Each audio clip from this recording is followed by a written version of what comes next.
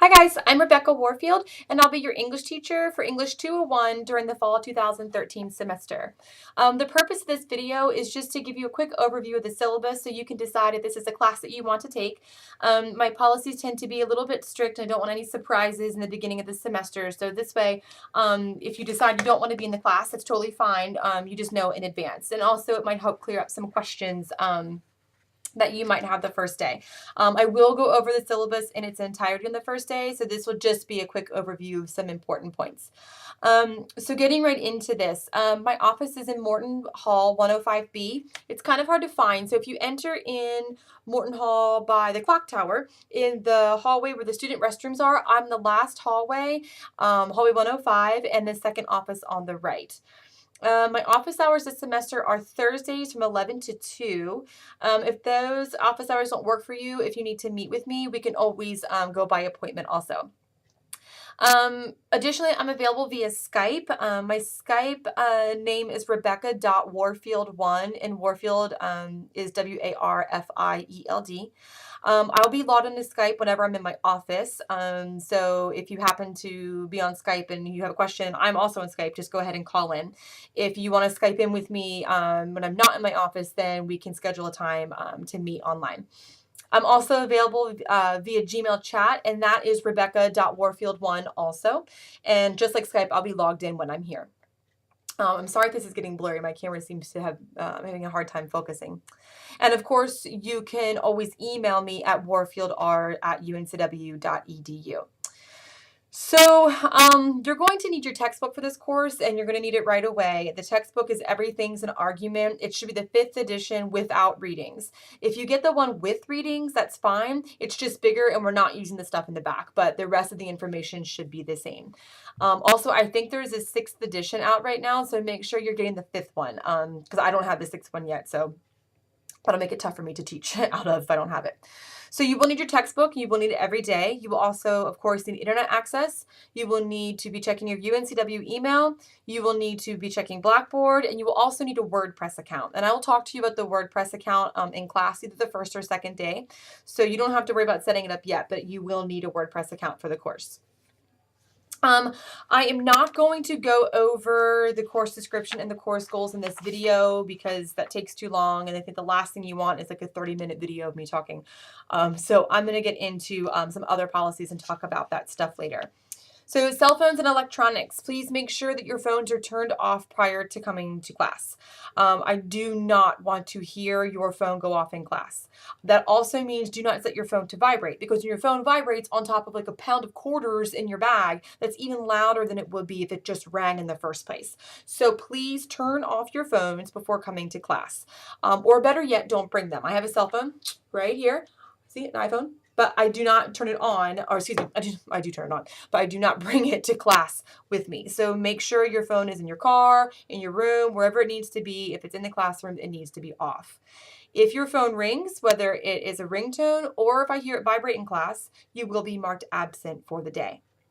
The same with texting. If I catch you texting in class, you will be marked absent for the day. It is extremely rude to text in class. If you ask me a question and I just looked at you and said, and started texting and not paying attention to what you were asking, you would be so angry. You would slam me on my spots. You would get on Rate My Professor in a heartbeat and tell everyone how rude I am and how I wasn't paying attention to you. So if you do not want me to text when you're talking to me, do not text when I'm talking to you, or even worse, when one of your classmates is talking to you. If I catch you texting, you will be marked absent for the day. Now, getting marked absent for using your cell phone in class or having it go off in class really sucks, because I only allow 3 absences. On the 4th, you fail. I do not do excused or unexcused absences. You can miss 3 for any reason. It doesn't matter what it is. On the 4th, you fail the course. If you have a dire emergency, if you're very sick, you can contact the dean, and the dean will contact me, and that will be the only time I give you any more absences in the class. I'm pretty strict with this. You need to be in class, and you need to be there every day. Also, 2 tardies is an absence. So the way I work tardies is if you come in before I finish roll, you're fine. If you come in after I finish roll, you are marked tardy. Remember, 2 tardies is an absence, 3 absences, you fail. or excuse me, after 3 absences, you fail. Contacting me, again, you can contact me, of course, face-to-face, Skype, Gmail, or email. I do ask, and this is on page 3 of your syllabus, I do ask that if you email me that you use professional etiquette. It does not have to be perfect. You do not have to have a perfect email, perfect grammar, perfect spelling, perfect punctuation. Typos happen. I make typos all the time. They happen. I get it. But you do need to use professional courtesy. That means you need 3 things in your email: a salutation, a body, and a closing. The salutation is where you address who the email's to. So you might say, "Dear Miss Warfield," or "Hi, Miss Warfield," "Hey, Miss Warfield," whatever it is that you want to say. Doesn't have to be very formal. You just have to address me as the reader of that email.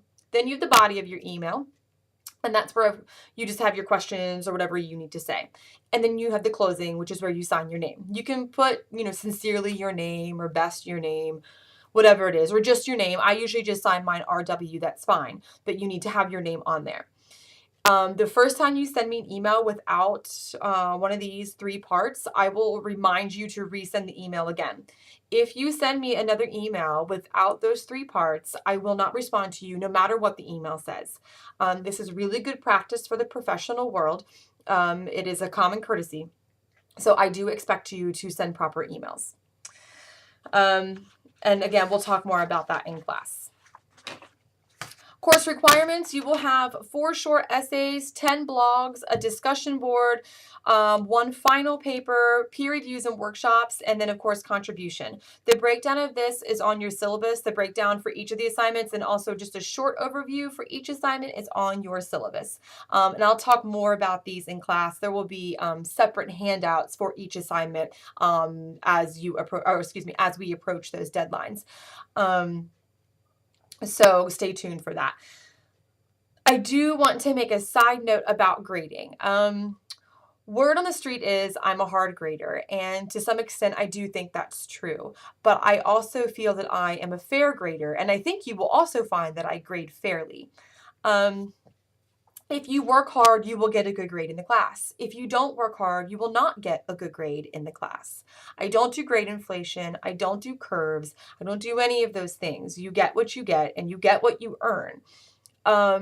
I understand that many of you are coming from AP English and you may have received a very good grade, and you might still receive a very good grade, but you're now in English 201, which means more is expected of you. Even if you got an A in English 101, that still means that English 201 will be harder, so you will have to work harder. I do have many students that get an A in the class, but the majority of my students are B or C students, and that's true across the board. The average student in the United States is a B or C student. So B or C is actually a pretty good grade. So just keep in mind that the things that you probably see on Rate My Professor that you hear through the grapevine about me being a hard grader is true, but I have never seen a student fail the course who didn't deserve to fail the course. So just be ready to work hard and expect to get the grade that you deserve. Again, no curves, none of that. Late work policy and deadlines. I do not take late work for any reason, no matter what it is. If you are sick, you need to contact me so we can make arrangements to get the assignment immediately. If you are not going to be in class because of an emergency, again, you need to contact the dean. That's just the way it is. I don't make any exceptions for this, so make sure you have your work in on time. You have tons of time to get your work done. As of date, which is August 20th at 5:06 p.m., the calendar is almost prepared. Not completely. By the second week of class, you will have every single assignment that is due for the semester on Blackboard. You have weeks to get them done. You know of everything in advance. All your blog prompts will be ready to go, so there's no excuses. And further, everything's due online. So even, let's say you have a flat tire and you can't make it to class, you can still send your stuff to me via the email.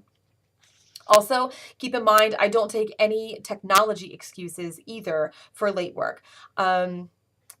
If your computer crashes, I'm very sorry. It sucks. I understand those things happen. It's frustrating and it's expensive, but there are 1,000 computers on this campus. So if your computer crashes, you can go to the library, you can go to any of the computer labs on campus, and you can work on those computers. So please keep that in mind. It's in your best interest to save your work in two places, because if something happens and you lose it, I'm not going to take it either way. Also, the time that I receive your work is the time that I consider it submitted. So let's say that your work is due at midnight and you send it to me at 11:50, but I don't get it till 12:05. It's 5 minutes late. It was due at midnight. So allot yourself plenty of time for those sorts of delays to happen. They're not very common, but every once in a while, an email will take some time to come through for whatever reason, or the system might be down. So you want to make sure that you give yourself at least 2 hours for that stuff to come through into my email. Following this in the syllabus is more about the assignments, which we'll talk about in class. Extra credit. If I decide to offer extra credit, you can only receive up to 10 points. And that's true even if I offer more than 10 points worth of extra credit. I might give you 3 or 4 extra credit opportunities, maybe at 5 points apiece, but you can only do 2 to equal 10 points. So keep that in mind.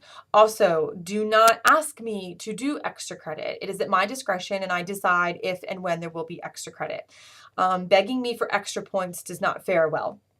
You don't get things just because you want them. I want money. I want lots of money. And in fact, right now I want $5. And so just asking someone for $5 isn't going to get me that money, right? I have to actually work for it and wait for my paycheck.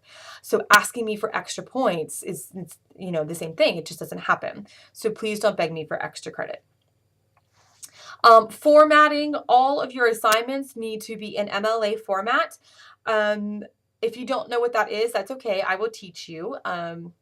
It's not that difficult. It's pretty basic formatting stuff, and I will show you how to do it. I do expect them to be in MLA format every time, and if not, you will receive a 0 on the assignment. No exceptions, no rewrites, no submissions, nothing. There's always a handful of students every single semester with each assignment that forgets to use MLA format, and they receive a 0, and it hurts their grade very much. Part of being a good student and part of being a good professional is paying attention to detail, and formatting is part of detail. So I do take this pretty seriously. But again, don't worry, I'll teach you how to do it. After that, it is your responsibility to actually follow through with that, though. Turnaround time for assignments. I will do my best to get your papers back to you as quickly as possible. This is a really busy semester for me. I am teaching 5 classes, which means I have 125 students, and that is a ton of grading. I know most of you probably haven't taught before, but grading takes a ton of time, especially when you're grading papers. It requires a great deal of attention for each paper. So I can't get them back to you in a few days. I probably can't get them back to you in a week. What I can promise you is that you will have your papers back before the next one's due. So that way you can at least get your feedback to apply to your next paper. That's about the best I can do with 125 students. So I appreciate your patience with that. On the syllabus, there's a few more things here about violence and harassment and religious observance and such, and diversity, which we can talk about in class. The last thing I want to talk about is academic honesty. If I catch you cheating in this class, you will not only fail the assignment, you will fail the entire course. I'm not even going to, ask you to do any rewrites or ask for any apologies, anything like that. You're just going to fail. That's the end of it. You know that cheating is against the rules. There's no excuse. You know that buying a paper off the internet is plagiarism. You know that copying and pasting off the internet or from any other source is plagiarism. You know that recycling a paper, or in other words, using a paper you wrote for a different class, is cheating. You know that having someone else write the paper for you is cheating. So telling me if you cheat and get caught and telling me that you just didn't know, that's not true. And I was actually at convocation yesterday, and I watched every freshman swear into UNCW's academic honor code. And even though this is 201 and most of you are not freshmen anymore, you also swore into the academic honor code. And I know that. So if I catch you cheating, you fail the assignment, you fail the course, and I report you to the dean. And that's that. So it's not worth your time to even bother cheating. If you are having a hard time meeting a deadline, if you aren't sure what to do and you're stressing out, your best option is to come talk to me and I can help you. But I cannot help you if you cheat. The worst thing you can do in the world is kill a person. The worst thing you can do in academia is cheat. It's a capital crime. So please don't cheat. So, that is it for now. We'll talk more about this in class on, I guess, Thursdays when we meet. If you have any questions, make sure and jot them down so you don't forget. Of course, you can always ask in class too, and maybe when I go over this in class, that'll clear up those questions for you. Despite some of the strict policies here, I think we're going to have a good time. I tried to make English as fun as possible.